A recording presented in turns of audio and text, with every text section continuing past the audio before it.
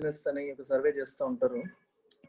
So doing business ఇండియాలోనూ ఉంటుంది, world bank వాళ్ళు world wide countries కి చేస్తారన్నమాట. ఏ కంట్రీలో బిజినెస్ ఎన్వైరన్మెంట్ పాజిటివ్ గా ఉంది, ఏ కంట్రీలో బిజినెస్ చేయడానికి పరిస్థితులు బాగున్నాయి, ఇన్వెస్ట్మెంట్ చేయడానికి పరిస్థితులు బాగున్నాయి అని డిఫరెంట్ ఆస్పెక్ట్స్ ని తీసుకొని సర్వే చేసి ర్యాంకింగ్ ఇస్తూ ఉంటారు, ఈజ్ ఆఫ్ డూయింగ్ బిజినెస్ అని చెప్పి. ఈ సంవత్సరం ఏమైందంటే ర్యాంకింగ్ ఇవ్వాల, పాస్ చేసేసారు. చూడండి, for a different yard stick. Yard stick అంటే అర్థం ఏంటి? సంథింగ్ యూజ్డ్ ఫర్ కంపారిజన్, అంతేనా? కంపారిజన్ కోసం మనం వాడేదాన్ని యార్డ్ స్టిక్ అంటాం. ఇప్పుడు ఒకళ్ళ మార్కులు బాగా వచ్చాయా బాగాలేదా, వాళ్ళ పర్ఫార్మెన్స్ బాగుందా బాగాలేదా అని ఏదైనా చెప్పాలంటే there has to be a yardstick. దాన్ని యూజ్ చేసి చెప్తారు, బెంచ్ మార్క్ లాగా అన్నమాట. ఒక బెంచ్ మార్క్ లాగా, ఒక ఇలాగా మనం వాడతాం, రైట్? ఓకే, ఒక స్టాండర్డ్ లాగా మనం వాడతాం. The doing business survey needs a revamp as it neglects health and environmental checks. Doing business సర్వేకి మార్పు రావాలి. ఇప్పుడు ఏదైతే ఉందో అది బాగాలేదు, it needs a revamp. Revamp అంటే అర్థమైంది ఒక ఓవర్ హాల్ లాగా, సమూలమైన మార్పు రావాలి, కంప్లీట్ గా దాంట్లో ఇంప్రూవ్మెంట్ రావాలి. ఎందుకంటే ఎందుకంటే అంటే బికాజ్ అనే మీనింగ్ వస్తుంది యాజ్ ఇక్కడ. It neglects health and environmental checks. Health మరియు ఎన్వైరన్మెంటల్ చెక్స్ అంటే అర్థం ఏంటి? చెక్స్ అంటే అర్థం ఏంటి? కంట్రోల్స్ అని. వాటికి సంబంధించిన కంట్రోల్స్ ని ఇది నెగ్లెక్ట్ చేస్తుంది అని అర్థం. అర్థమవుతుందా? వాటికి సంబంధించిన కంట్రోల్స్ ని నెగ్లెక్ట్ చేస్తుంది అంటే చూడండి, ఇక్కడ బిజినెస్ కి సపోర్టివ్ గా ఉందా లేదా అని చూసేటప్పుడు మీరు ఒకసారి ఆలోచించండి. జనరల్ గా ఎలా ఉంటుందంటే, ఏదన్నా ఒక ప్రాజెక్ట్ పెట్టాలి, ఒక కొత్త ఇండస్ట్రీ పెట్టాలి అనుకున్నారు. ఇండస్ట్రీ పెట్టాలి అనుకునేటప్పుడు ఫస్ట్ వాళ్ళు ఇబ్బంది పడేది ఎక్కడ? Environment clearance. ఎన్వైరన్మెంట్ క్లియరెన్స్ వెంటనే రాదు. దానివల్ల పర్యావరణానికి హాని జరగదని, ఎవరికి ఇబ్బంది ఉండదని, అక్కడ వాటర్ పాడవదని, ఇట్లాంటి క్లియరెన్స్ రావడమే కష్టం. ఇప్పుడు మీరు ఆలోచించండి, ఇది ఒక డబుల్ ఎడ్జ్డ్ స్వర్డ్. అంటే ఎలా అవుతుందంటే, క్లియరెన్స్లు తొందరగా ఇచ్చేస్తే బిజినెస్ ఎన్వైరన్మెంట్ బాగుంటుంది, ఎకానమీకి బాగుంటుంది. అలాగని క్లియరెన్స్లు ఊరికే ఇచ్చేస్తే అది వాతావరణానికి హాని చేస్తుంది. ఇటు వెళ్తే అటు ప్రాబ్లం వస్తుంది, అటు వెళ్తే ఇటు ప్రాబ్లం వస్తుంది. క్లియరెన్స్ ఈజీగా చేసేసి, యార్డ్ స్టిక్స్ అనేవి తగ్గించేసి, కంట్రోల్స్ చెక్స్ అనేటిని సింపుల్ గా చేసేయడం వల్ల ఈజ్ ఆఫ్ డూయింగ్ లో మనకి ర్యాంకింగ్ పెరిగిపోతుంది, మంచి ర్యాంక్ వచ్చేస్తుంది. కానీ సమస్య ఏంటి?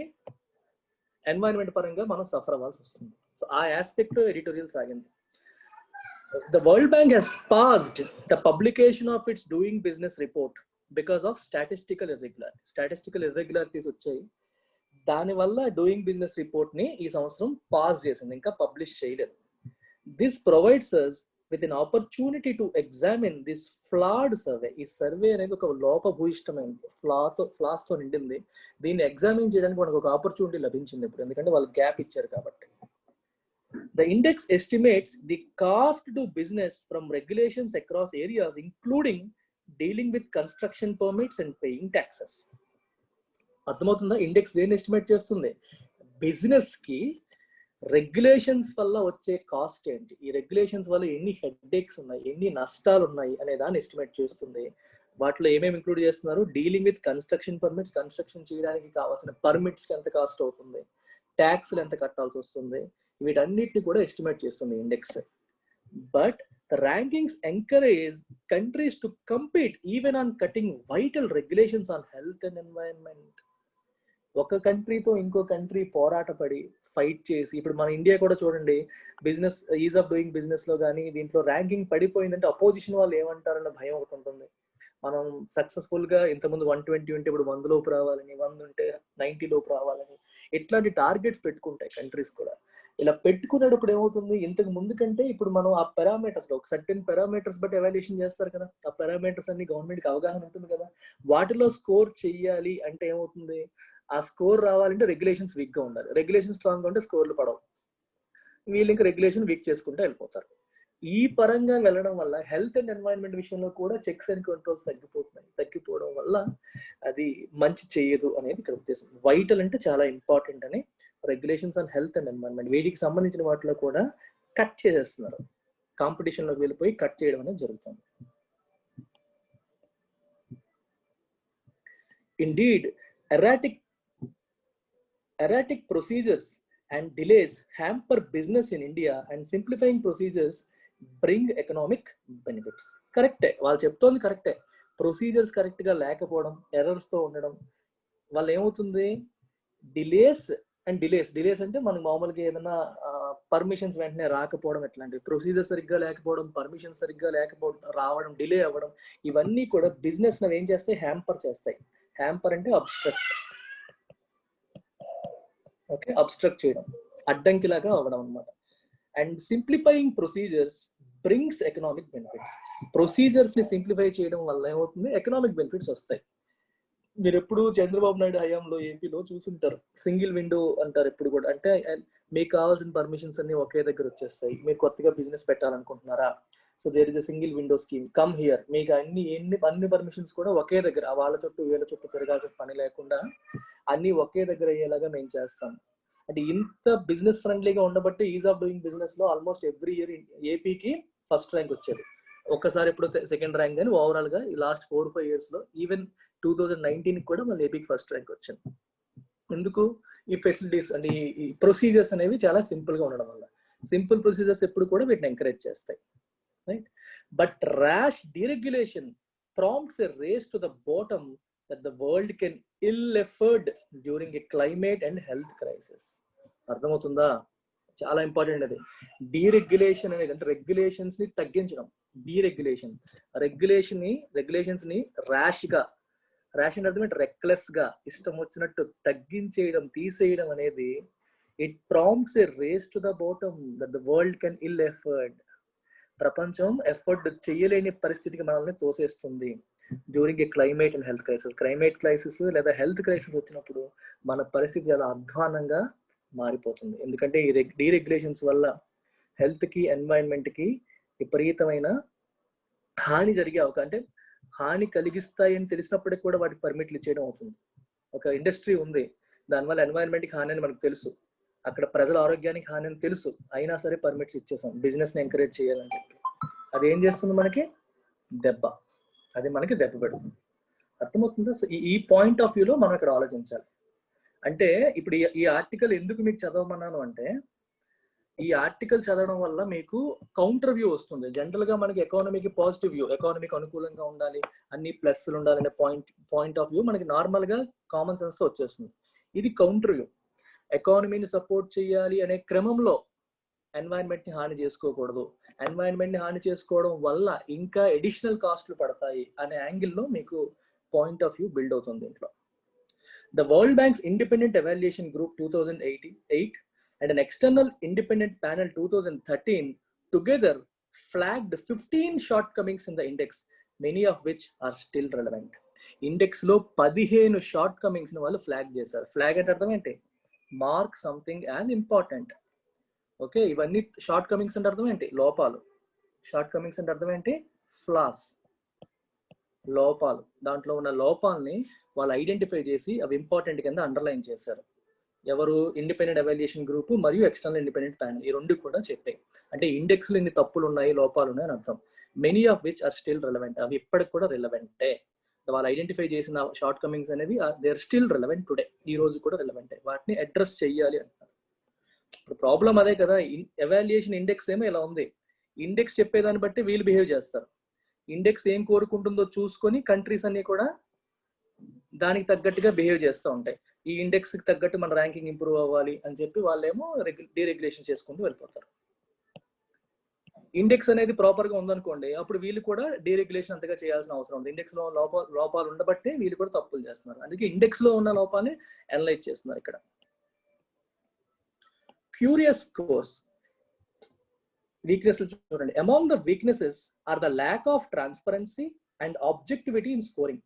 స్కోర్ వేసేటప్పుడు, ఈజ్ ఆఫ్ డూయింగ్ బిజినెస్ లో స్కోర్ వేసేటప్పుడు ట్రాన్స్పరెన్సీ లేదు, ఆబ్జెక్టివిటీ లేదు. ఆబ్జెక్టివిటీ, సబ్జెక్టివిటీ అంటే అర్థం ఏంటో తెలుసా? What is the difference between objectivity and subjectivity? చెప్పగలరా ఎవరైనా? ట్రై చేయండి.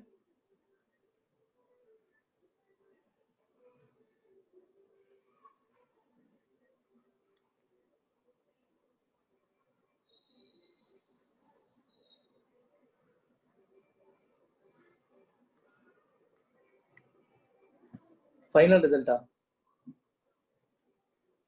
ఆబ్జెక్టివిటీ అంటే ఫీలింగ్స్ ఉండవు, ఎమోషన్స్ ఉండవు, ఓన్లీ ఫ్యాక్ట్ బేస్డ్ మీద వెళ్తారు. లాజికల్ గా రీజనింగ్ బేస్ తో ఫ్యాక్ట్ బేస్డ్ గా వెళ్ళడాన్ని ఆబ్జెక్టివిటీ అంటాం. ఓకే, ఆబ్జెక్టివ్ ఎవాల్యుయేషన్ అన్నాం అనుకో, అందులో మధ్యలో ఫీలింగ్స్, ఎమోషన్స్ ఇవన్నీ ఉండవు. కొన్ని పారామీటర్స్ ఉంటాయి, ఆ పారామీటర్స్ బట్టి వెళ్ళిపోవడమే. ఫెయిర్నెస్ అని కాదు అక్కడ. ఇంకా ఒపీనియన్స్ కి ఫీలింగ్స్ కి ఇంపార్టెన్స్ ఇవ్వకుండా, క్లియర్ గా, క్రిస్టల్ క్లియర్ గా మనం ఏమంటారు, ఒపీనియన్స్ బట్టి కాకుండా ఫ్యాక్ట్ బేస్డ్ గా డెసిషన్ మేకింగ్ చేస్తే దాన్ని ఆబ్జెక్టివిటీ అంటాం. అంటే స్కోర్ వేసేటప్పుడు పారామీటర్స్ క్లియర్ గా రాయడం, ఈ పారామీటర్స్ ఓకే, ఈ పారామీటర్ టిక్ అయిందా ఇన్ని మార్కులు, ఈ పారామీటర్ టిక్ అయిందా ఇన్ని మార్కులు, exactly according to rules and regulations లాగా క్లియర్ గా వెళ్ళిపోవడం, అది ఆబ్జెక్టివ్. సబ్జెక్టివ్ అనుకోండి, నీ ఒపీనియన్స్, నీ పర్సనల్ టేస్ట్లు, నీ ఫీలింగ్స్ ఇవన్నీ వచ్చేస్తాయి, ఇన్ఫ్లుయెన్స్ అయిపోతాయి. అందులో సబ్జెక్టివిటీ అన్నమాట. సబ్జెక్టివిటీకి అంటే మన బ్రెయిన్ లో ఉన్న విషయాలన్నీ కూడా స్కీమ్ ఆఫ్ థింగ్స్ లోకి వచ్చేస్తాయి, అది subjectivity. That's the difference between objectivity and subjectivity. For instance, questions have been raised on Russia's leap in ranking from 120 out of 190 countries in 2012 to 62 in 2015. 2012లో 120 ఉండేది రష్యా ర్యాంక్. లీప్ అంటే ఒక్కసారిగా పెద్ద అడుగులు వేసుకుంటూ వెళ్ళిపోవడం, లీప్ అంటారు. మనకి జంతువులు వేస్తాయి చూడండి, బిగ్ లీప్స్. మనం వేస్తే అడుగు అంటాం, జంతువులు వేస్తే లీప్. జింకలు కానీ చిరుతపుళ్ళు కానీ పెద్ద అడుగు. లీప్ అంటే ఏదైనా బాగా ఇంప్రూవ్ అయిపోయేటప్పుడు మనం బిగ్ లీప్ అంటాం. 62 in 2015. As a de jure criterion, the survey excludes informal sector. Informal sector ని ఈ సర్వే ఎక్స్క్లూడ్ చేస్తుంది. ఓకే, de jure అంటే అర్థం ఏంటి చెప్పండి? What is the meaning of de jure?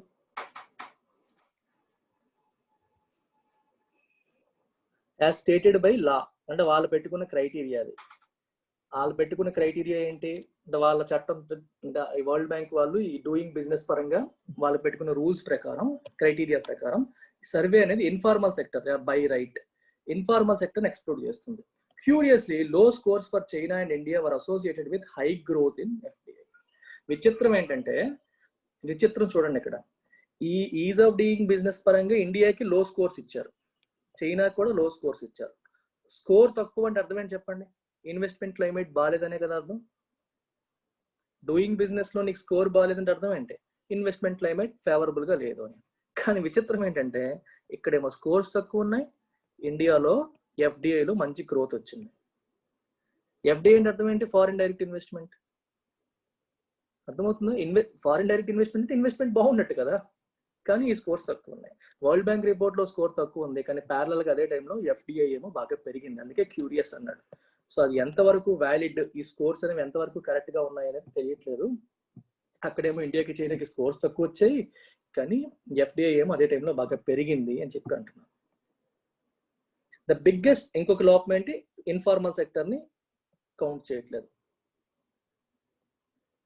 Informal sector ని కౌంట్ చేయట్లేదు అంటే, ఒక రిపోర్ట్ చూసి ఒక కంపెనీ రాదు కదా, రిపోర్ట్ అనేది కూడా కన్సిడర్ చేస్తారు, చెయ్యరు అని కాదు, but they do their own evaluation. Scientific evaluation companies కూడా చేసుకుంటాయి. So they might have 100 parameters. The biggest drawback is that the index sidesteps societal costs of deregulating pollution, worker safety and health risk. ఇది important. ఇది మీకు exam point of వ్యూలో, UPSC వాళ్ళు especially essay rating point of వ్యూలో చాలా important. మీరు SA రాసినప్పుడు రాయాల్సిన point ఇది. ఈ డూయింగ్ బిజినెస్ యొక్క బిగ్గెస్ట్ డ్రాబ్యాక్ ఏంటి? It sidesteps societal cost. ఈ పదాలు important. Societal cost of deregulating pollution విషయంలోను, వర్కర్ సేఫ్టీ విషయంలోను, హెల్త్ విషయంలోను రెగ్యులేషన్స్ ని తగ్గించేయడం వల్ల, డీరెగ్యులేషన్ చేయడం వల్ల సొసైటీకి వస్తున్న కాస్ట్ ని అది సైడ్ స్టెప్ చేస్తుంది, పట్టించుకోవట్లేదు. అర్థమవుతుందా? సొసైటీకి దానివల్ల అవుతున్న నష్టాన్ని అది సైడ్ స్టెప్ చేస్తుంది, అవాయిడ్ చేస్తుంది, దాన్ని పట్టించుకోకుండా వెళ్ళిపోతుంది. సైడ్ స్టెప్ అంటే అర్థం ఏంటి? పక్క నుండి స్టెప్ వేసుకుని వెళ్ళిపోవడం. సైడ్ స్టెప్ అంటే అవాయిడ్ చేసుకుంటూ వెళ్ళిపోవడం, దాన్ని పట్టించుకోవట్లేదు. అది ఈ రిపోర్ట్ యొక్క, ఈ ఇండెక్స్ యొక్క biggest drawback. China and India improved their score sharply in 2019 and 2020. Though the world's first and third largest emitters increased carbon effluent significantly. చూసారా ఇక్కడ ఏం జరుగుతుందో?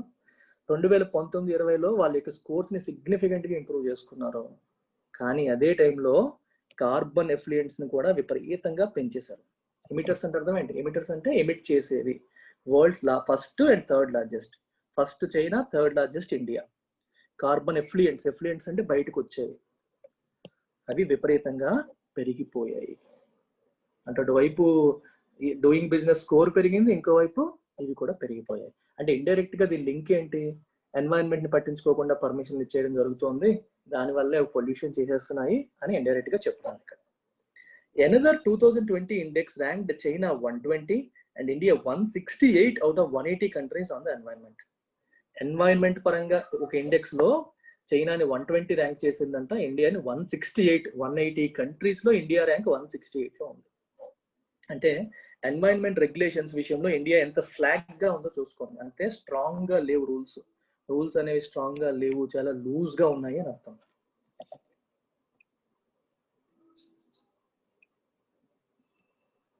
అర్థమైందా? రూల్స్ అనేవి చాలా లూజ్ గా ఉన్నాయి అని అర్థం అనమాట ఇక్కడ. Slack business safe guards produce tragic results. Slack అంటే అర్థం ఏంటి? What is the meaning of slack? చెప్పండి. అంటే అంత స్ట్రాంగ్ గా లేకపోవడం, లూజ్ గా ఉండడం అనే మీనింగ్ వస్తుంది. లూజ్ అనే మీనింగ్. రూల్స్ అనేవి లూజ్ గా ఉండడం. సేఫ్ గార్డ్స్ అంటే అర్థం ఏంటి? ప్రొటెక్షన్స్. సేఫ్ గార్డ్ అంటే ప్రొటెక్షన్. డెలికేట్ అనే పదం కాకుండా లూజ్ అని వాడండి. డెలికేట్ అనేది పాజిటివ్ గా వాడచ్చు మనం. స్లాక్ అంటే అర్థం ఏంటి? సేఫ్ గార్డ్ సరిగ్గా లేవు. కాంటెక్స్ట్ పరంగా మనకు రావాలి మీనింగ్ అనేది. సేఫ్ గార్డ్ అంటే something that protects you is called safeguard. Business ని ప్రొటెక్ట్ చేసే రూల్స్, రెగ్యులేషన్స్ ఏవైతే ఉంటాయో అవి లూజ్ అయిపోయాయి. స్లాక్ అంటే లూజ్ అయిపోయాయి. అలా లూజ్ అవడం వల్ల ఏమవుతుంది? They produce tragic results. Rules strong గా ఉంటే వెంటనే పర్మిట్లు రావు, పర్మిట్లు రాకపోతే ప్రొటెక్ట్ అవుతారు. రూల్స్ లూజ్ చేస్తారనుకోండి, పర్మిట్స్ వచ్చేస్తాయి, వెంటనే బిజినెస్ స్టార్ట్ అయిపోతుంది, అంతా బాగుంటుంది, కానీ తర్వాత నష్టం అనేది జరుగుతుంది, ట్రాజిక్ రిజల్ట్స్ వస్తాయి. The 2013 collapse of the Rana Plaza garment factory in Bangladesh, the second deadliest industrial accident after the gas leak in Union Carbide Bhopal, resulted from a slipshod factory regulation. చూసారా, మనకి Bhopal gas tragedy మీరు వినుంటారు. దాని తర్వాత మళ్ళీ 2013లో garment factory, Bangladesh లో ఉన్న garment ఫ్యాక్టరీలో చాలా పెద్ద ప్రమాదం జరిగింది. అది దేని వల్ల జరిగింది చెప్పండి? అది ఎందువల్ల జరిగింది? కేర్లెస్. స్లిప్ షాట్ అంటే అర్థం ఏంటి? Careless factory regulation. ఒక రెగ్యులేషన్ మిస్ అవ్వడం వల్లే కదా, కొన్ని రెగ్యులేషన్స్ విషయంలో కేర్లెస్ గా ఉండడం వల్లే ఇది జరిగింది. స్లిప్ షాట్ అంటే మీనింగ్ అక్కడ మీరు కాంటెక్స్ట్ పరంగా చెప్పేయచ్చు, మీకు డిక్షనరీ తెలియక్కర్లేదు. ఇప్పుడు ఇదంతా మీరు చదివారు, దాన్ని బట్టి మీకు అర్థం కావట్లా స్లిప్ షాట్ అంటే కేర్లెస్ అని తెలిసిపోతుంది కదా. అంటే సరిగ్గా కేర్ తీసుకోకుండా, కొంచెం జాగ్రత్తగా భావించకుండా లూజ్ గా ఇచ్చేయడం వల్ల. Brazil, India and the US have slashed environmental standards. Slash అంటే అర్థం ఏంటి? కట్ చేసేయడం, తగ్గించేయడం. మీకు ఎప్పుడు కూడా స్లాష్ అనే పదం చూడండి, గోల్డ్ రేట్స్ హావ్ బీన్ స్లాష్డ్, తగ్గిపోయాయి. అంటే మార్కెట్ డిటర్మైన్ చేసేవాడికి స్లాష్ అంటారు, మనుషులు డిటర్మైన్ చేసేది అంటే మనమే డిటర్మైన్ చేసాం అనుకోండి ఏదైనా సరే రేట్స్, అప్పుడు ఇది వాడతాం. స్లాష్ చేశారంటే తగ్గించారు అని అర్థం. బ్రెజిల్, ఇండియా, యుఎస్ మూడు కూడా ఎన్వైరన్మెంటల్ స్టాండర్డ్స్ ని తగ్గించేసాయి. These standards have further weakened during కోవిడ్-19 టైంలో ఆ స్టాండర్డ్స్ అనేవి ఇంకా వీక్ అయిపోయాయి. The reversal of effluent benchmarks for power plants and automobiles. Effluent అర్థం ఏంటి? ఎఫ్లుయెంట్ అంటే అర్థం ఏంటి? బయటకు వచ్చే వ్యర్థ పదార్థాలు, వీటికి సంబంధించిన బెంచ్ మార్క్స్ కూడా రివర్స్ చేసేసారు. అంటే స్ట్రాంగ్ గా ఉండేవి తగ్గించేసారు పవర్ ప్లాంట్స్ కి, ఆటోమొబైల్స్ కి. And the boost to fossil fuels in US has been breathtaking. అర్థమవుతుంది మీకు? ఫాసిల్ ఫ్యూయల్స్ ఏమో బూస్ట్ చేస్తున్నారు. ఫాసిల్ ఫ్యూయల్స్ మంచివా కాదా? కాదు. మరి వాటికి బూస్ట్ అంటే స్ట్రెంగ్తెన్ చేయడం, వాటిని స్ట్రెంగ్తెన్ చేయడం. ఈ పవర్ ప్లాంట్స్ మరియు వీటికి సంబంధించిన విషయాల్లో ఏం చేశారు? Reversal of effluent bench marks ని, ఎఫ్లుయెంట్స్ కి సంబంధించిన బెంచ్ మార్క్స్ ని రివర్స్ చేసేసారు. అంటే ఇంతకుముందు ఎంతకంటే ఉండకూడదు అని కొన్ని స్ట్రిక్ట్ రూల్స్ ఉండేవి, వాటిని రివర్స్ చేసేసి లూజ్ చేసేసారు, రైట్? అండ్ ఫాసిల్ ఫ్యూయల్స్ కి బూస్ట్ ఇచ్చారు. And that has been breathtaking. Breathtaking అంటే అర్థం ఏంటి? మామూలుగా బ్రెత్ టేకింగ్ అనేది పాజిటివ్ వర్డా, నెగిటివ్ వర్డా? బ్రెత్ టేకింగ్ అనేది జనరల్ గా positive word. Exciting, beautiful, surprising, super అనే మీనింగ్ వస్తుంది, ఎక్స్ట్రీమ్లీ గుడ్ అనే మీనింగ్ వస్తుంది. కానీ ఆ పదం ఇక్కడ ఎందుకు వాడాడో నాకు అర్థం కాలేదు. బ్రెత్ టేకింగ్ అనే పదం ఎందుకు వాడారో నాకు అర్థం కావట్లేదు. పాజిటివ్ సెన్స్ లోనే బ్రెత్ టేకింగ్ వాడతారు, ఇక్కడ ఎందుకు బ్రెత్ టేకింగ్ వాడారు అంటే మన ఊపిరిని తీసేస్తుందని అర్థమా? ఊపిరిని తీసేస్తుందన్నా కూడా పాజిటివ్ సెన్స్ లోనే వాడతారు ఈ పదాన్ని ఎప్పుడు కూడా. నాకు చదివినప్పుడే అనిపించింది ఇది కరెక్ట్ యూసేజ్ కాదు అనిపిస్తుంది. చూడండి, has been breathtaking. Okay, yet this has not hurt its doing business survey ranking. ఇన్ని తప్పులు చేసినప్పటికి కూడా తన doing business survey ranking US 6 వచ్చింది 2020లో, దాన్ని హర్ట్ చేయలేదు. India's parliament is considering an environmental impact assessment. దీని గురించి ఎడిటోరియల్ చదివాము already. Environmental impact assessment, the draft of which is filled with dilutions of the environmental law. Environmental లాలో చాలా dilution అంటే అర్థం ఏంటి? ఈ పదం మీరు ఎలా అర్థం చేసుకుంటారు? డైల్యూషన్ చాలా ఈజీ ఇది. చూడండి, యాసిడ్ కాన్సన్ట్రేటెడ్ ఉంటే పవర్ఫుల్ ఉంటుందా, డైల్యూటెడ్ ఉంటే పవర్ఫుల్ ఉంటుందా? కాన్సన్ట్రేటెడ్ యాసిడ్ పవర్ఫుల్ కదా, ఇది పవర్ఫుల్. డైల్యూటెడ్ యాసిడ్ అనేది వీక్ గా ఉంటుంది. అంటే అర్థం ఏంటి? తన విగర్, యాసిడ్ తన విగర్, తన ఎనర్జీని కోల్పోయిందని అర్థం డైల్యూట్ అయిందంటే. ఇక్కడ ఎన్వైరన్మెంటల్ లా డైల్యూట్ అయిందంటే అర్థం ఏంటి? లా యొక్క పవర్, ఎనర్జీ, దాని యొక్క స్ట్రిక్ట్నెస్ అనేది తగ్గిపోయింది. ఈ డ్రాఫ్ట్ లో చాలా డైల్యూషన్స్ వచ్చేసాయి. ఎన్వైరన్మెంటల్ లాని చాలా ఈజీగా సింపుల్ చేశారు ప్రకాష్ జావదేకర్. అన్ని చేసేసి చాలా ఈజీగా పర్మిట్స్ వచ్చేలాగా మార్చేశారు. ఇప్పుడు పార్లమెంట్ సమావేశాలు జరుగుతున్నాయి, సో దాంట్లో ఇది మోస్ట్లీ అప్రూవ్ అయిపోయిందంటే ఇంకంతే, చాలా ఈజీగా పర్మిట్లు వచ్చేస్తాయి, ఇంకా దారుణం అయిపోతుంది. Several indicators of doing business survey presume that less regulation is better. Doing business సర్వేలో ఉన్న సెవరల్ ఇండికేటర్స్ ఏమి అజ్యూమ్ చేసుకుంటున్నాయి? లెస్ రెగ్యులేషన్ తక్కువ ఉంటేనే బెటర్ అని. But ignore the impact on health, ecology, worker protection and right to information. కానీ health, ecology, worker protection, right to information ఇలాంటి విషయాల్లో దాని ఇంపాక్ట్ ని ఇగ్నోర్ చేస్తున్నాయి. డూయింగ్ బిజినెస్ యొక్క ఇండికేటర్స్, సెవరల్ ఇండికేటర్స్ అన్ని కూడా రెగ్యులేషన్ తక్కువ అనే ఒకే ఒక ఆస్పెక్ట్ ని చూస్తున్నాయి. తక్కువ రెగ్యులేషన్ ఉంటే బెటర్ కాబట్టి ఎక్కువ స్కోర్ ఇచ్చేయాలని ఇస్తున్నారు తప్పితే దాని యొక్క ఇంపాక్ట్ ఎలా ఉంది వీటిపైన, హెల్త్ పైన, ఎకాలజీ పైన, వర్కర్ ప్రొటెక్షన్ మీద, రైట్ టు ఇన్ఫర్మేషన్ పైన పట్టించుకోవట్లేదు. The 2008 global financial right to information ఎందుకు తీసుకొచ్చారు ఇక్కడ ఎవరైనా చెప్పగలరా? చూడండి, ఇప్పుడు ఏదన్నా ఒక ఇండస్ట్రీ పెడదాం అనుకుంటున్నారు ఒక పర్టికులర్ ఏరియాలో, ఆ ఇండస్ట్రీ ఎటువంటి ఎఫ్లుయెన్స్ ని విడిచిపెడుతుంది, ఎటువంటి ప్రమాదాలు జరిగే అవకాశం ఉంది, అది ఎటువంటి రా మెటీరియల్ తీసుకుంటుంది, ఎంత పొల్యూషన్ జరిగే అవకాశం ఉంటుంది, ఇవన్నీ అక్కడి వ్యక్తులకు తెలుసుకునే హక్కు ఉందా లేదా? ఏ ప్రాంతంలో అది పెడుతున్నారో they have the right to know everything about the negative impacts of the industry.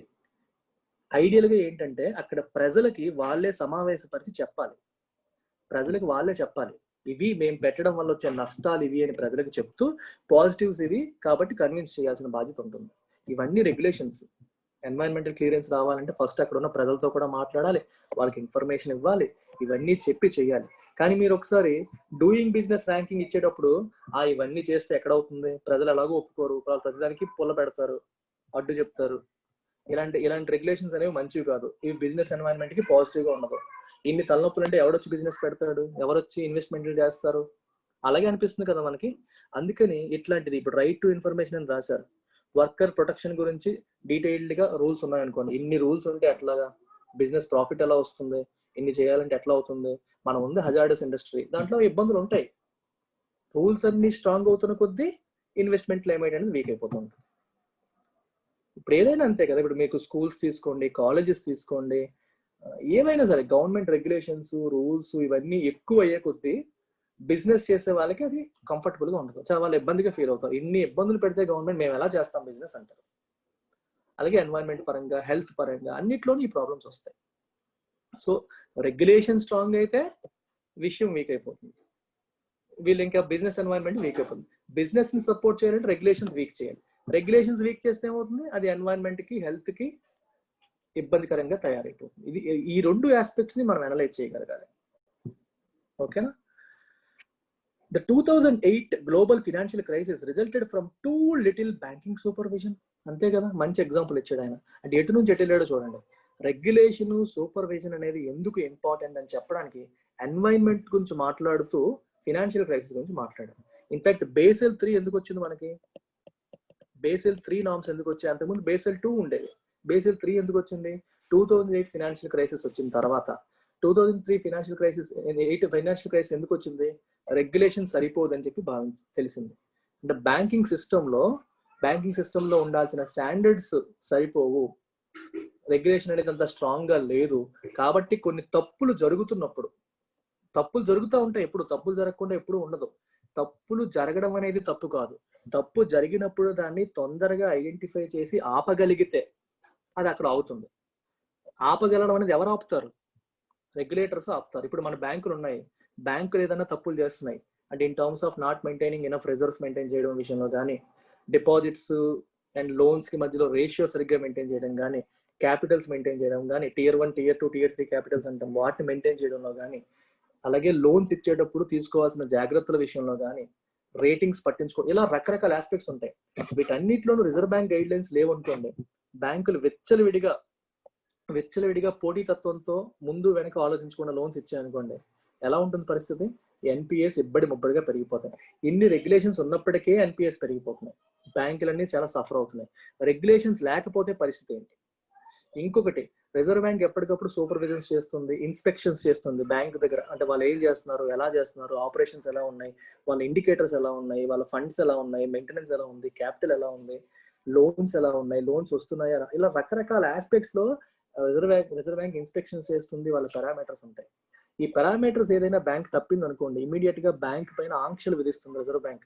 ఇంకా ఫర్దర్ మీరు ఈ సెక్టర్ కి లోన్ ఇవ్వకూడదు, ఈ సెక్టర్ కి ఎంతకంటే మీరు చేయకూడదు, కొత్త డిపాజిట్లు స్వీకరించకూడదు, ఇలా చాలా రూల్స్ అండ్ రెగ్యులేషన్స్ వచ్చి వాటిని కంప్లీట్ గా PCA అంటారు, ప్రాంప్ట్ కరెక్టివ్ యాక్షన్ ఫ్రేమ్వర్క్ అంటారు. PCA ఫ్రేమ్వర్క్ అయినా పెడతారు. అంటే ఇప్పుడు జాగ్రత్త పడకపోతే రేపు పొద్దున్న ఈ బ్యాంక్ అనేది దివాలా తీసేసే అవకాశాలు ఉంటాయి అనే ముందే ఇండికేటర్స్ వస్తాయి. అప్పుడు జాగ్రత్త పడి దాని దారిలో తీస్తారు. ఇప్పుడు ఎస్ బ్యాంక్ చూడండి, ఎస్ బ్యాంక్ పరిస్థితి బాగాలేదు అనేది మనం చూసాం. పరిస్థితి బాగాలేదు అని చూడబట్టే కదా రిజర్వ్ బ్యాంక్ సీన్ లోకి ఇన్వాల్వ్ అవ్వడం, స్టేట్ బ్యాంక్ ఇన్వాల్వ్ చేసి దాన్ని దారిలో పెట్టేసింది. ఇప్పుడు మీరు చూస్తే మొన్న న్యూస్ ఆర్టికల్లో ఎస్ బ్యాంక్ ఇప్పుడు బాగుంది, లిక్విడిటీ పొజిషన్ ఇంప్రూవ్ అయింది, సెట్ రైట్ అయిపోయింది. ఎందుకు ఇది జరిగింది? Reserve Bank of India intervene అవ్వబట్టే కదా. రిజర్వ్ బ్యాంక్ ఆఫ్ ఇండియా ఎందుకు ఇంటర్వ్యూన్ అయింది? సూపర్విజన్ ఉంది కాబట్టి, రెగ్యులేషన్ ఉంది కాబట్టి. అవే రెగ్యులేషన్ లేకుండా వదిలేశారు అనుకోండి, దాని మటుకు దాని గాలికి వదిలేశారు అనుకోండి, ఈ పాటికి ఎస్ బ్యాంక్ డిపాజిటర్లో ఆత్మహత్యలు వినేవాళ్ళం మనం. ఇవే జరుగుతాయి. సిస్టమ్ కి రెగ్యులేషన్ అనేది ఎందుకు ఇంపార్టెంట్? ఇది ఫినాన్షియల్ సిస్టమ్ నుంచి తను ఎనాలజీ తీసుకొచ్చాడు. అదే మీరు ఎన్వైరన్మెంట్ లో కూడా తీసుకోవాలి. ఎక్కడైనా అంతే, ఒక చోటని కాదు, ప్రతి చోట కూడా రెగ్యులేషన్ అనేది ఏ రకంగా హెల్ప్ అవుతుంది అనేది ఇక్కడ తెలుస్తుంది. ఈ టూ లిటిల్ ఉండాల్సిన దానికంటే తక్కువ బ్యాంకింగ్ సూపర్విజన్ ఉండడం వల్ల మనకి 2008 గ్లోబల్ ఫైనాన్షియల్ క్రైసిస్ అనేది వచ్చింది.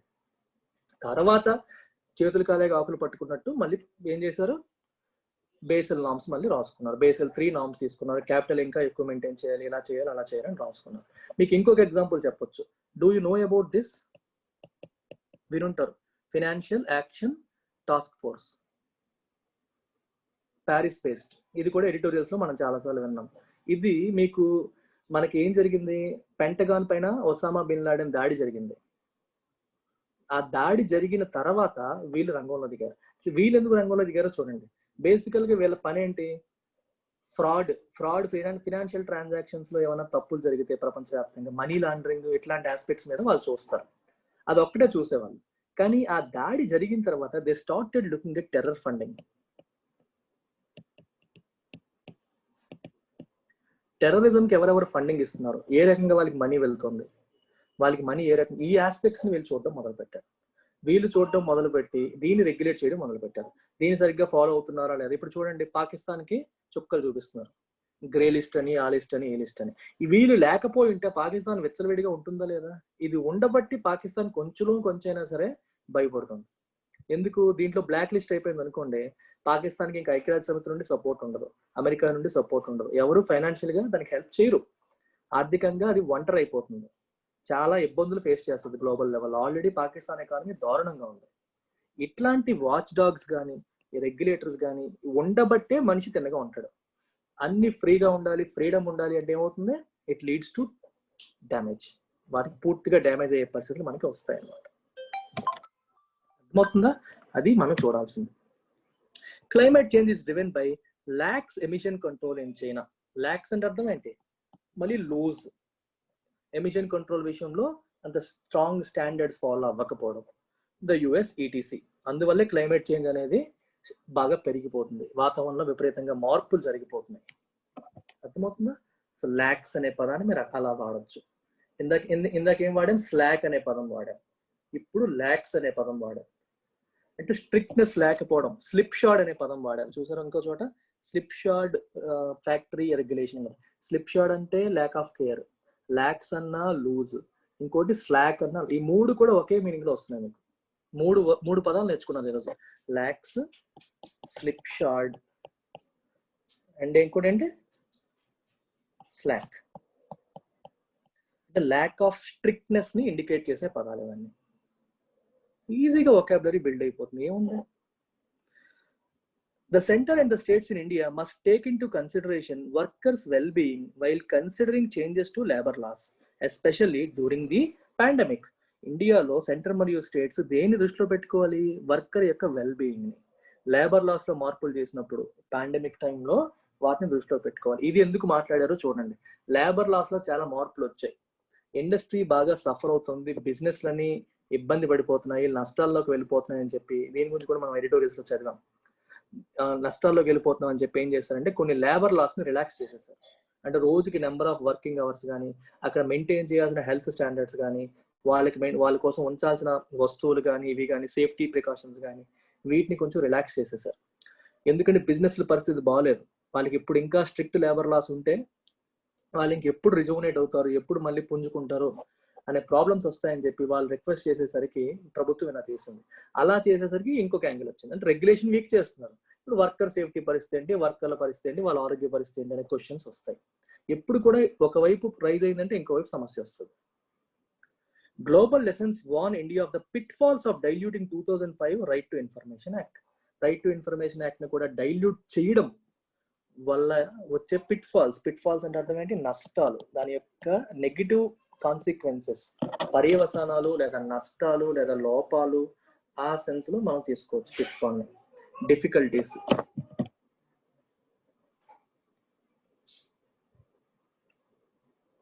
కరెక్టే కదా? The centre and the states, తప్పేముంది? Okay.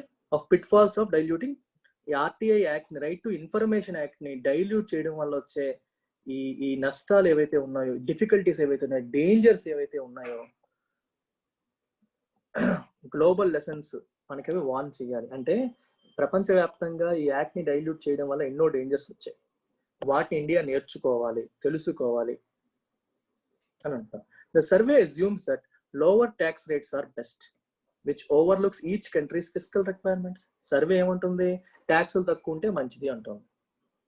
Which overlooks each countries fiscal requirements. Fiscal requirements అర్థమేంటి? Financial requirements. ఫిస్కల్ అంటే ఇప్పుడు ఆర్థిక పరిస్థితి కూడా చూసుకోవాలి కదా. ట్యాక్సులు తక్కువ ఉంటే ఆబ్వియస్ గా ఇన్వెస్ట్మెంట్ క్లైమేట్ బెటర్ గా ఉన్నట్టు. ఇప్పుడు ఏదైనా ఒక పర్టికులర్ ఇండస్ట్రీలో ట్యాక్స్ తక్కువ ఉంది అనుకోండి, they will be incentivise to set up business పెట్టడానికి వాళ్ళు ఎంకరేజ్ అవుతారు. మంచిదే, కాదనట్లేదు. కానీ సర్వేలో అలా చేసేసారు, సింపుల్ గా తేల్చారు ట్యాక్సులు తక్కువ ఉంచితే మంచిదే అని. కానీ ఒక్కొక్క కంట్రీ ఒక్కొక్క పొజిషన్ లో ఉంటుంది. డెవలప్డ్ కంట్రీకి తక్కువ ట్యాక్స్ ఉన్నా పర్లేదు, మనలాంటి కంట్రీకి నీడ్స్ ఎక్కువ ఉంటాయి, ఫిజికల్ నీడ్స్ ఎక్కువ ఉంటాయి. సో తక్కువ టాక్సేషన్ ఉంటే మనకి కష్టం. ఆ విషయాన్ని ఇది ఓవర్లుక్ చేస్తుంది. For example, Maldives and Qatar scored high on paying taxes but are not role models for India as most of their revenue relies on unique assets. Maldives, Qatar paying taxes విషయంలో మంచి హై ర్యాంకింగ్ వచ్చింది. అంటే అక్కడ tax probably తక్కువగా ఉండుండొచ్చు, అందువల్ల better investment climate ఉండుండొచ్చు. కానీ they are not role models for India. కానీ వాళ్ళని చూసి ఇండియా రోల్ మోడల్ గా తీసుకోకూడదు, ఎందుకంటే most of their revenue relies on unique assets. Qatar ఏమో పెట్రోల్, మాల్దీవ్స్ ఏమో మనకి టూరిజం. సో వాళ్ళ యొక్క ఫ్యాక్టర్స్ వేరు, వాళ్ళకి యూనిక్ గా కొన్ని ప్లస్ పాయింట్స్ ఉన్నాయి, దానివల్ల వాళ్ళకి రెవెన్యూ వస్తుంది, అవి ఇండియాకి లేవు. The survey supports lighter rules and taxation to encourage shifts from informal to formal sectors. Survey దేని సపోర్ట్ చేస్తుంది? లైటర్ రూల్స్, టాక్సేషన్ ని ఇన్ఫార్మల్ సెక్టర్ నుండి ఫార్మల్ సెక్టర్ కి ఎంకరేజ్ చేయడం కోసం, మూవ్ అయ్యేలా చేయడం కోసం టాక్సేషన్ అనేది ఫేవరబుల్ గా ఉండాలని చెప్పి సర్వే చెప్తుంది. But formalisation per say may not create jobs And cutting obstacles to starting a business will not necessarily expand the formal economy when facing severe capital shortage and a low skilled workforce. Morning ఎడిటోరియల్లో కూడా మనం మాట్లాడాం formal informal. Informal economy నుంచి formal ఎకానమీకి మారాలి అనేది developing countries యొక్క goal, aim. Informal ఎకానమీలో మనకి ఏంటి? నో ట్యాక్సెస్, అక్కడ నుంచి ట్యాక్సెస్ ఉండవు. No social security for workers. Social security అంటే అర్థం ఏంటి? వాళ్ళకి ఇన్సూరెన్స్లు ఉండవు, హెల్త్ ఇన్సూరెన్స్ ఉండదు, వాళ్ళకి వర్క్ చేస్తున్నప్పుడు చచ్చిపోయినా పట్టించుకునేవాడు ఉండడు, వాళ్ళ కంపెనీ కానీ వాళ్ళకి ఏమీ ఇవ్వాల్సిన అవసరం లేదు. నో పిఎఫ్, భవిష్య నిధి లేదు, ఏమీ ఉండవు వాళ్ళకి. ఇదంతా ఇన్ఫార్మల్ సెక్టర్లో. ఇన్ఫార్మల్ సెక్టర్ నుంచి అందరినీ ఫార్మల్ వైపు మూవ్ చేయాలి అనేది ప్రభుత్వాల యొక్క గోల్. అయితే ఈ సర్వే ఏముంటుంది? లైటర్ రూల్స్, టాక్సేషన్ తక్కువగా ఉండి లైటర్ రూల్స్ ఉంటే ఫార్మల్ సెక్టర్ వైపు మూవ్మెంట్ అయ్యే ఛాన్సెస్ ఉంటాయి అని అంటారు. ఇప్పుడు చూడండి, ఇన్ఫార్మల్ సెక్టర్ లో ఒక వ్యక్తి ఉండాలి అంటే టాక్సేషన్ కి దూరంగా ఉండాలని ఎప్పుడు కోరుకుంటాడు? ట్యాక్స్లు ఎక్కువగా ఉండి అమ్మ మనం భరించలేము, మనకు వచ్చే ప్రాఫిట్ కి ట్యాక్స్లు కడితే పని అవ్వదు అనుకునేటప్పుడు టాక్సేషన్ వైపు వెళ్ళాడు. ట్యాక్స్లు తక్కువ ఉన్నాయి అనుకోండి, అప్పుడు ఈ బిజినెస్ చేసే వాళ్ళందరూ కూడా సరే let's get in to the tax bracket, తక్కువ ట్యాక్సే కదా, ఇలా దొంగతనంగా ఉండాల్సిన అవసరం ఏముంది, ట్యాక్స్ బ్రాకెట్ లోకి వెళ్ళిపోదాం అనే ఆలోచన వస్తుంది. ఎప్పుడు కూడా అంతే. టాక్సేషన్, లో టాక్సేషన్ అనేది కంప్లయన్స్ ని ఎంకరేజ్ చేస్తుంది. ఈరోజు మార్నింగ్ ఎకానమీ క్లాస్ లో కూడా దీని గురించి మాట్లాడాం. లో taxation always encourages compliance. Compliance అంటే అర్థం ఏంటి? ఫాలో అవ్వడం. ఇప్పుడు చూడండి, గవర్నమెంట్ కి రెవెన్యూ బాగా పెరిగిపోవాలని చెప్పి ఒక్కసారిగా భయంకరంగా ట్యాక్స్లు పెంచారు అనుకోండి అన్నిట్లోనూ. ఫస్ట్ ఏం చేస్తారు జనాలు? కడతారా, ఎగ్గొడతారా? మీరే చెప్పండి. First thing that comes to their mind ఇప్పుడు మనకు ఎగ్గొడతారు. మనకు వచ్చేదే తక్కువ, దాంట్లో విపరీతంగా గవర్నమెంట్ ట్యాక్స్ వేసింది అనుకోండి, మనకి ఎలా ఉంటుంది? నేను ఇంత కష్టపడి సంపాదిస్తే గవర్నమెంట్ ఏమో ఒక్కసారిగా నా దగ్గర తీసేసుకుంటుందనే ఫీలింగ్ వస్తుంది, దోచుకుంటుందనే ఫీలింగ్ వస్తుంది. We tend to evade it. Tax evasion అనేది పెరుగుతుంది. ఎవేజన్ అంటే ఎగవేత. అందుకనే గవర్నమెంట్స్ ఏం చేయాలి? ట్యాక్సేషన్ అనేది కొంచెం కంఫర్టబుల్ లెవెల్లో ఉంటే ఓకే, మనం ఇంత సంపాదించాం, 10% కదా గవర్నమెంట్ అడిగింది, ఇచ్చేద్దాం. కంట్రీ గ్రోత్ కి మన కాంట్రిబ్యూషన్ మనం చేసినట్టు ఉంటుంది. అప్పుడు నొప్పేయదు. 100 రూపాయలు సంపాదించేవాడికి 10 రూపాయలు ఇమ్మంటే ఇస్తాడు. 100 రూపాయలు సంపాదించేవాడికి 50 రూపాయలు ట్యాక్స్ ఇమ్మంటే నొప్పేస్తుంది. అది కారణం. అందుకని లో ట్యాక్సేషన్ అనేది ఫార్మల్ ఎకానమీ కానీ ట్యాక్స్ పే చేసే బిహేవియర్ ప్రజల్లోకి బిల్డ్ అవ్వడానికి హెల్ప్ చేస్తుంది అనే పాయింట్ చెప్పారు. మంచిదే, కాదనట్లేదు. కానీ formalisation per se by itself, per se అంటే బై ఇట్ సెల్ఫ్ అని అంటాం. ఓన్లీ ఫార్మలైజేషన్ చేసేస్తే జాబ్స్ క్రియేట్ అయిపోతాయా? And cutting obstacles to starting a business start చేయడానికి ఉన్న అబ్స్టకల్స్ అంటే అడ్డంకుల్ని కట్ చేయడం, తగ్గించేయడం వల్ల, తగ్గించేస్తే ఆటోమేటిక్ గా ఫార్మల్ ఎకానమీ ఎక్స్పాండ్ అయిపోతుందా? ప్రాబ్లమ్స్ ఏమున్నాయి? క్యాపిటల్ షార్టేజ్ ఉంది, లో స్కిల్డ్ వర్క్ ఫోర్స్ ఉంది. క్యాపిటల్ షార్టేజ్ అంటే పెట్టుబడి పెట్టడానికి సరైన డబ్బులు అందుబాటులో జనానికి లేవు, అది షార్టేజ్. క్యాపిటల్ అంటే మూలధనం, పెట్టుబడి. స్కిల్డ్ వర్క్ ఫోర్స్ కూడా ఇండియాలో లేదు, లో స్కిల్డ్ వర్క్ ఫోర్స్ ఉంది. ఇన్ఫార్మల్ ఎకానమీ అంతా కూడా మాన్యువల్ లేబర్, చాలా వరకు స్కిల్డ్ వర్క్ కాదు, అది మాన్యువల్ లేబర్. మాన్యువల్ లేబర్ చేసే వాళ్ళు చాలా మంది దొరుకుతారు, స్కిల్డ్ వర్క్ చేసే వాళ్ళు తక్కువ మంది ఉంటారు. ఫార్మల్ ఎకానమీలో ఎక్కువగా మనకి మాన్యువల్, స్కిల్డ్ వర్క్ ఫోర్స్ అవసరం. స్కిల్డ్ వర్క్ ఫోర్స్, క్యాపిటల్ ఎక్కువగా అవసరం ఉంటుంది. ఈ రెండు ఉండాలి ఫార్మల్ ఎకానమీ బిల్డ్ అవ్వాలంటే. ఒక ట్యాక్స్లు తగ్గించేసి వీళ్ళందరినట్టు మూవ్ చేసేస్తామంటే అవ్వదు అని చెప్పి నేను అంటున్నాను. The survey neglects indicators of infrastructure, entrepreneurship and competition. వీటికి సంబంధించిన ఇండికేటర్స్ ని సర్వే పట్టించుకోవట్లేదు. It is true that overloading with too many variables makes a survey unwieldy. Too many variables తో దాన్ని నింపేయడం అనేది సర్వేని అన్వీల్డీ అంటే హెవీ అయిపోవడం, కదలలేకపోవడం, too large. Okay, but when a yardstick does not consider pollution abatement or labor standards, an overhaul is in order. కానీ ఒక స్టాండర్డ్ యార్డ్ స్టిక్ అంటే అర్థం ఏంటి? ఒక స్టాండర్డ్ అని చెప్పాను కదా, దేన్నైతే ఒక యార్డ్ స్టిక్, ఒక మెజర్ కింద, కొలబద్ద, బెంచ్ మార్క్, దేన్నైతే మనం ఒక స్టాండర్డ్ కింద కంపారిజన్ కోసం వాడుతున్నాము, అది పొల్యూషన్ అబేట్మెంట్ ని కన్సిడర్ చేయకపోతే, అబేట్మెంట్ అంటే అర్థం ఏంటి? తగ్గడం.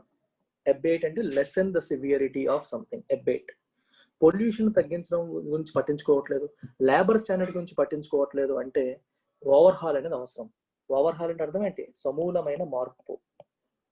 ఓవర్హాల్ అంటే దాంట్లో సమగ్రమైన, సమూలమైన మార్పు తీసుకురావడం అనేది అవసరం అని చెప్పి అంటున్నారు. ఇలాంటివి లేకుండా ఏమి యార్డ్ స్టిక్ అది, అట్లా లోపాలు ఉన్నాయి.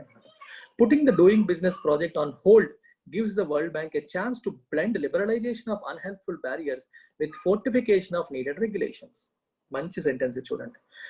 ఈ దీన్ని హోల్డ్ లో పెట్టడం అనేది it gives world bank A chance to blend అంటే మిక్స్. దేన్ని మిక్స్ చేయడం? Liberalisation of unhelpful barriers. Barriers అంటే అడ్డంకులు, అన్హెల్ప్ఫుల్ అంటే సహాయం చేయకుండా అడ్డంకులు క్రియేట్ చేసే ఈ బ్యారియర్స్ ని లిబరలైజ్ చేయడం అంటే కొంచెం రిలాక్స్ చేయడం. దాన్ని దేంతో బ్లెండ్ చేయాలి? With fortification of needed regulations. Fortification అంటే స్ట్రెంథనింగ్. ఫోర్ట్ అంటే అర్థం ఏంటి? కోట. కోట ఏం చేస్తుంది? రాజుకి ప్రొటెక్షన్ ఇస్తుంది. కోట లోపల రాజు ఉంటాడు. రాజుకి వెళ్ళాలంటే కోటను దాటి వెళ్ళాలి. సో అదేంటి? ఒక చుట్టూ ఒక పెద్ద మనకు ప్రొటెక్షన్ ఇచ్చేదాన్ని ఫోర్ట్ అంటాం. ఫోర్టిఫైడ్ ఫుడ్ అని వస్తుంది మనకి అంగన్వాడీస్ లో గట్రా.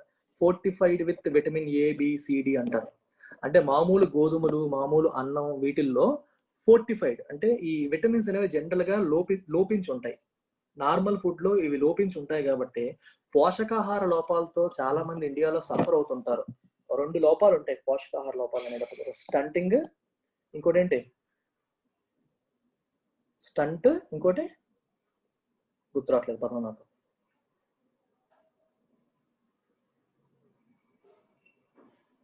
గుర్తురాట్లేదు. 2 ఉంటాయి అబ్బా. అంటే హైట్కి తగ్గ వెయిట్ ఉండకపోవడం, వయసుకి తగ్గ హైట్ ఉండకపోవడం. వేస్టింగ్. వేస్టింగ్. హైట్కి తగ్గ వెయిట్ ఉండకపోతే దాన్ని వేస్టింగ్ అంటాం. హైట్ ఉన్నాడు కానీ హైట్కి తగ్గ వెయిట్ లేదు. ఏజ్కి తగ్గ హైట్ లేకపోతే దాన్ని స్టంటింగ్ అంటాం. ఏజ్ వచ్చింది కానీ ఏజ్ తగ్గట్టుగా హైట్ పెరగలేదు, దాన్ని స్టంటింగ్ అంటాం. హైట్ ఉంది, హైట్కి తగ్గట్టుగా వెయిట్ లేదు, దాన్ని వేస్టింగ్ అంటారు. ఈ 2 కూడా పోషకాహార లోపం వల్ల వచ్చే ప్రాబ్లమ్స్. ఇవి ఇండియాలో చాలా ప్రిడామినెంట్ గా ఉంటాయి. ఇవి లేకుండా చేయాలి అంటే విటమిన్స్, మినరల్స్ సరైన మోతాదులో వెళ్ళాలి. అది మన పేద ప్రజలు వాళ్ళ పిల్లలకి అందించలేరు కాబట్టి అంగన్వాడీ కేంద్రాల్లో బాలామృతం అని అవన్నీ ఇవి ప్యాకెట్లు వస్తూ ఉంటాయి. వాటిపైన విటమిన్స్ తో ఫోర్టిఫికేషన్ చేస్తారు. అంటే మామూలు గోధుమలు, గోధుమ పిండి ఇవన్నీ ఏవైతే ఉంటాయో వాటిలో విటమిన్స్ అనేవి ఇంజెక్ట్ చేస్తారు ఆర్టిఫిషియల్ గా. వాటిలో ఉన్న వాటికంటే అడిషనల్ గా. దాన్ని ఫోర్టిఫికేషన్ అంటాం. ఫోర్టిఫికేషన్ అంటే అర్థం ఏంటి? ఆ ఫుడ్ అనేది ఇంకా స్ట్రెంగ్ అవుతుంది, బలవర్ధకమైన ఆహారంగా మారుతుంది. ఫోర్టిఫికేషన్ అనే పదం మీకు అర్థం కావడం కోసం ఎగ్జాంపుల్ చెప్పాను. ఫోర్టిఫికేషన్ ఆఫ్ నీడెడ్ రెగ్యులేషన్స్ ని కూడా ఫోర్టిఫై చేయాలి, స్ట్రెంగ్ చేయాలి. రెగ్యులేషన్స్ యొక్క స్ట్రెంగ్ ని లిబరలైజేషన్ ఆఫ్ దీస్ బ్యారియర్స్ ని బ్లెండ్ చేయాలి. ఓన్లీ లిబరలైజేషన్ ఆఫ్ బ్యారియర్స్ మాత్రమే చూడకూడదు అంటున్నారు. A revamped indicator should reward, not penalize, investments in worker skills, health and safety, low polluting activities and climate resilience. Indicators ని revamp చేసి, ఆ revamp చేసిన indicator ఎలా ఉండాలి? రివాంప్ అంటే మార్పు చేసి, మంచిగా మార్పు చేసి. అది ఎలా ఉండాలి? ఇట్ షుడ్ రివార్డ్ అంటే ఉపయోగం, అంటే రివార్డ్, పెనలైజ్ అంటే ఒక పనిష్మెంట్ ఇచ్చేలాగా, రివార్డ్ అంటే బెనిఫిట్ అందించేలాగా. దేనికి బెనిఫిట్ అందించేలా ఉండాలి? Investments in worker skills. Workers skills improve చేయడం కోసం ఎవరన్నా కష్టపడితే, ఖర్చు పెడితే దాన్ని రివార్డ్ చేసేలాగా ఉండాలి. వాళ్ళ హెల్త్ కోసం, సేఫ్టీ కోసం కంపెనీ కష్టపడితే, ఖర్చు పెడితే దాన్ని ఎంకరేజ్ చేసేలా ఉండాలి. పొల్యూషన్ తగ్గించడానికి, క్లైమేట్ రెసిలియన్స్ కోసం కష్టపడితే దాన్ని ఎంకరేజ్ చేసేలాగా ఆ ఇండికేటర్స్ అనేవి ఉండాలి. తప్పితే పొల్యూషన్ నామ్స్ ఫాలో అయ్యే వాళ్ళని డిస్కరేజ్ చేసి, నామ్స్ అన్ని, రెగ్యులేషన్స్ అన్ని కరెక్ట్ గా ఫాలో అయ్యే వాళ్ళని పెనలైజ్ చేసేలాగా ఉండకూడదు అని చెప్పి అంటారు. ఇండికేటరే సరిగ్గా ఉంటే వీళ్ళందరూ కూడా దానికి తగ్గట్టుగా అలైన్ అవుతారు. ఇండికేటర్ లో లోపాలు ఉంటే ప్రజలు, మిగిలిన వాళ్ళు కూడా దానికి తగ్గట్టుగా లోపభూయిష్టంగా తయారవుతారు. రెగ్యులేషన్స్ యొక్క విలువ పోతుంది అనేది దీని యొక్క ఉద్దేశం. అర్థమైందా? It's important thing. అంటే మీకు ఒక పాయింట్ ఆఫ్ వ్యూ బిల్డ్ అవుతుందని చెప్పి చదవమన్నాను.